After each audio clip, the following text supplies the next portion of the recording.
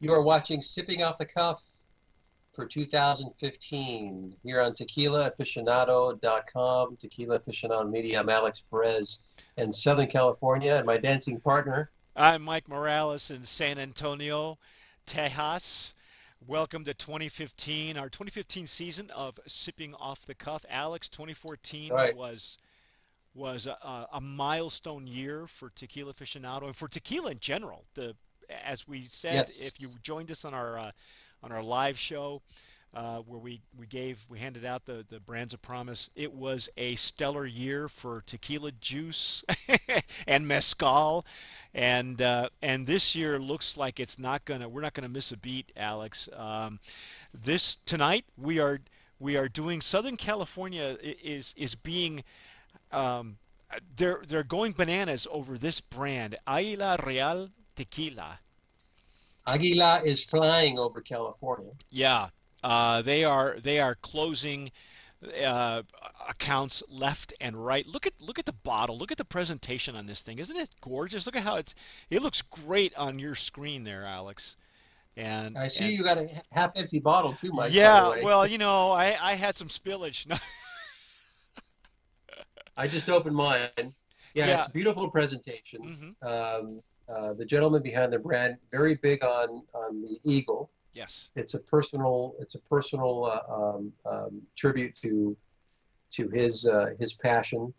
But it's a heavy duty bottle, beautiful a piece on the front. We've got a coin Did he tell you about the coin? Because on if you the look on they do lots of Facebook and Twitter, so they're very accessible, and they'll give you the story of these are actual coins that they put on the yeah, stoppers. These are synthetic cork, I believe, Alex, yes it is. and the back is kind of neat too. It's kind of a transparent. I don't know if you can see that. It's a transparent eagle on the back. It's really interesting they've done the whole escudo águila real. Escudo means shield, or it's part of the heraldry, I believe, of Miguel, the owner, and it's just beautiful, very substantial bottle, you know. Yeah, and the national symbol of Mexico, obviously the eagle Right. and the snake. Yeah, you'll see the snake also. And the neat part, Alex, is it is a Vivanco and Asociados tequila. It is made at one of our favorite distilleries at NOM It's 1414. 1414. Yep. And we're going to try the Blanco tonight. Comes in Blanco and Reposado.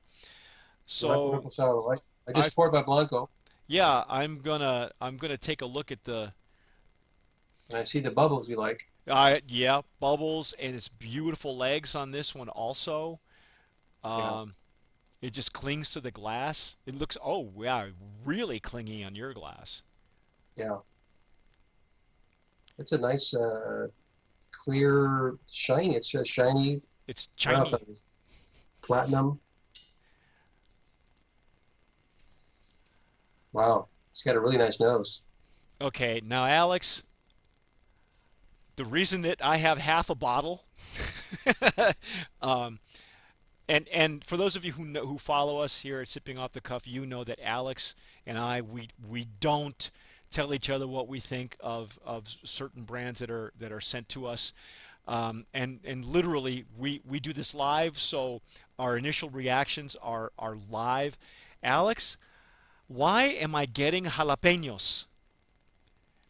Is it just me? Am I the only one? I smell jalapenos. I'm Are not you sure talking. jalapenos or peppers? Green peppers. Okay, Hot. green peppers, but in my case, because I lived 18 years in New Mexico, it's not green chili that I smell. This smells to Yeah. me like a jalapeno. Okay, but that's what I smell, and I don't understand where that smell is coming from because it almost smells infused. You and I have had, for instance, tanteo, which is infused with jalapenos, and Oh it's yeah. very very strong. Their blanco, they start off with a real strong base blanco, and then they infuse the jalapenos. Um, this one almost, it just really really reminds me and it's almost overpowering. I don't know if are you getting anything else? Are you getting You any know what? green agave or I'm getting a lot of green lemon. Green lemon. I get some hot pepper. I don't not necessarily jalapeno. It's not that wow. green jalapeno. I mean I could pour this on my nachos, ladies and gentlemen. Really? That's how strong it feels to me. And that's just my palate, my nose right now.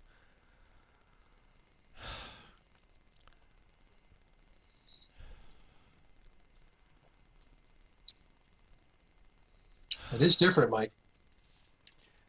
I gotta say, Alex, just on the nose alone, it's unlike anything that you and I have had from Gnome 1414.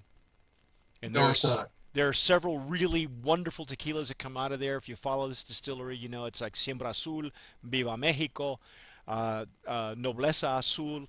Some of these brands use their own agave because they are agave growers. I'm not sure where Miguel is getting his agave from, but Maybe it's next to the jalapenos. yeah, I don't know. I don't It's know. getting the jalapeno terroir. It doesn't say that it's infused, so I have to suppose or surmise something else. Maybe it's happening in the distillation process or the fermentation It could process. be. Yeah, the nose is very different from the usual 1414. I'm not getting a lot of roasted agave. I'm not getting roasted agave on the nose, but it's more of a green hot pepper. I Now and, on the and mouth, and I'm with you there on the lime, on the lemon or lime.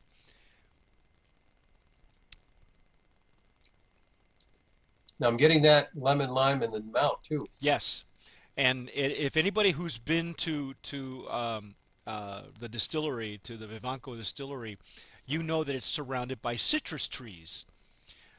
Right. Um, so there could be, there's a lot of citrus involved. And I think you're right, Alex. There's a lot of lime going on in here. It's extremely unusual.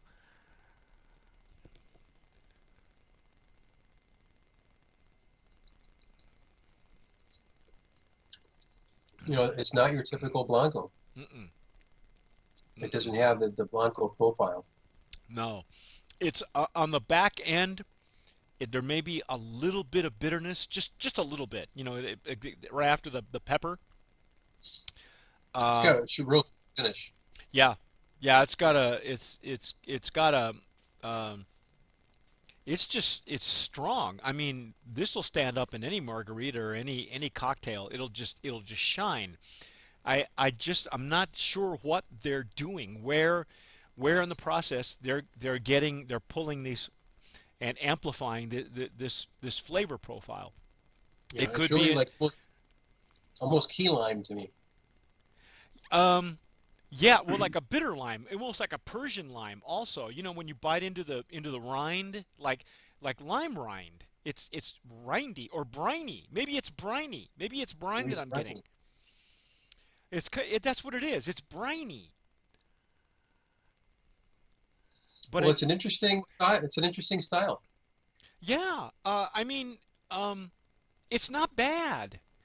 It's just when you're so used to having a Highlands tequila taste at a certain flavor profile, and then this one comes along. I really we have no POS on that's point of sale material. There's no supporting material that they've sent us. They're so new that we were very fortunate. I think Alex, you met Miguel he personally, um, and they Yeah, they I had the pleasure of meeting Miguel and the other young lady.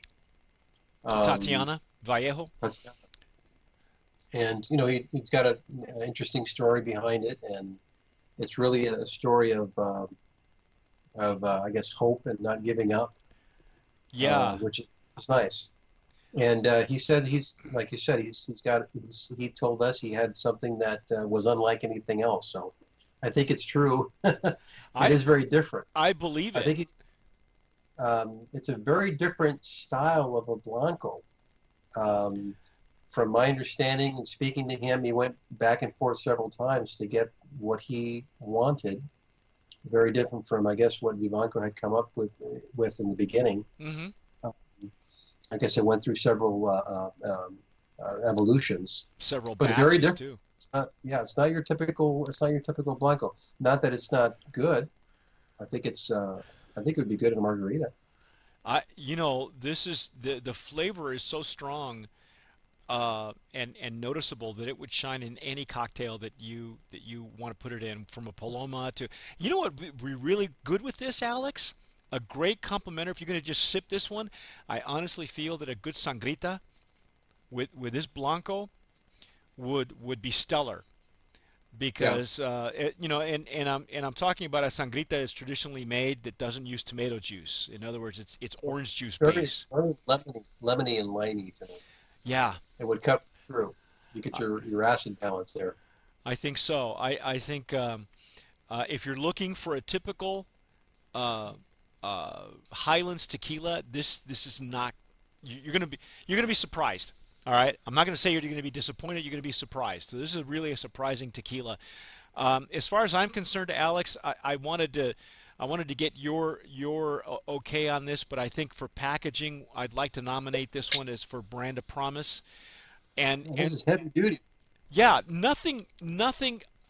You can kill somebody with this. Yeah, well, you don't want to do that, but there are so many minor details that they have done with the packaging. It's a beautiful piece. It really is a just a nice, from the back to the front, and then the flavor as you can see, it's a synthetic cork. All right.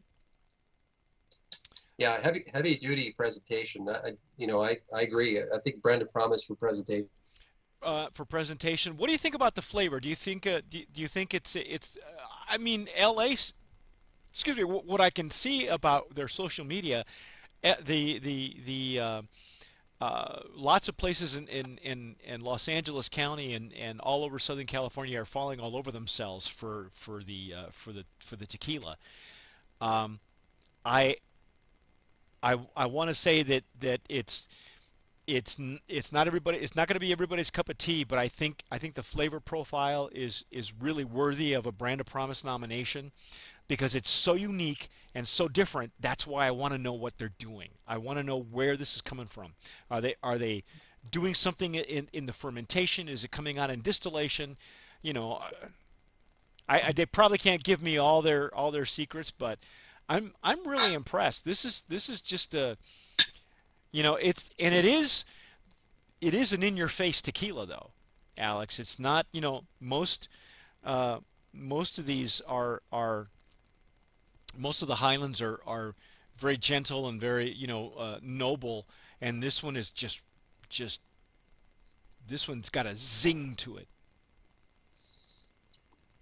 You know what? I agree. It's a, I don't know. Maybe it's a nouveau style tequila because it's very different. I want to know more. If I get a message from the Aguila Real people before we finish taping, I definitely will pass that along.